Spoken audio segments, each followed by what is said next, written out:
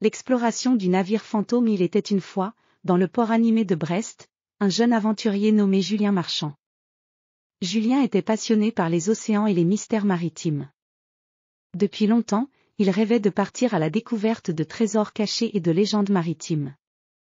Il avait entendu parler d'un vieux navire, le Sphinx des mers, qui avait disparu mystérieusement dans l'Atlantique il y a des années. Un matin brumeux, alors que les vagues déferlaient doucement sur le quai, Julien reçut une lettre mystérieuse.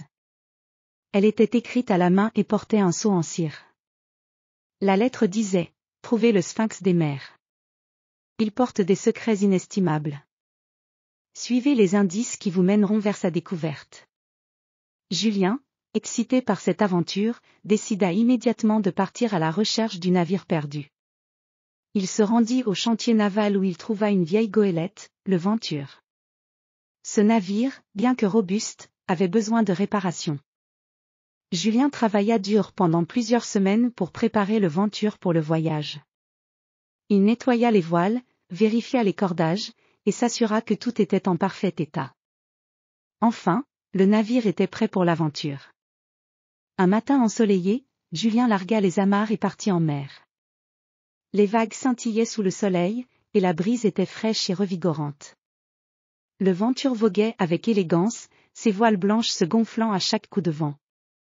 Julien consulta les cartes anciennes et les notes de la lettre, cherchant des indices sur l'emplacement du Sphinx des mers. Après plusieurs jours de navigation, Julien arriva près d'une île mystérieuse, recouverte de végétation dense. L'île semblait abandonnée, mais quelque chose dans l'air indiquait qu'elle cachait des secrets. Julien décida d'explorer l'île. Il prit une barque et pagaya vers une petite crique bordée de rochers escarpés. En débarquant, Julien se retrouva face à une forêt luxuriante. Les arbres étaient immenses, leurs feuilles créant une canopée épaisse. Il suivit un sentier étroit qui serpentait à travers la végétation. Soudain, il découvrit une vieille carte en pierre, gravée de symboles anciens. Les symboles semblaient indiquer un chemin vers le sommet d'une colline. Julien gravit la colline, la montée étant ardue mais excitante. Lorsqu'il atteignit le sommet, il découvrit une vue spectaculaire sur l'océan. À l'horizon, il aperçut une silhouette lointaine, un navire semblant émerger des brumes. C'était le Sphinx des mers. Le cœur battant, Julien retourna au Venture et se dirigea vers le navire mystérieux. En approchant, il remarqua que le Sphinx des mers semblait en bon état, mais il était entouré d'une étrange lumière bleutée.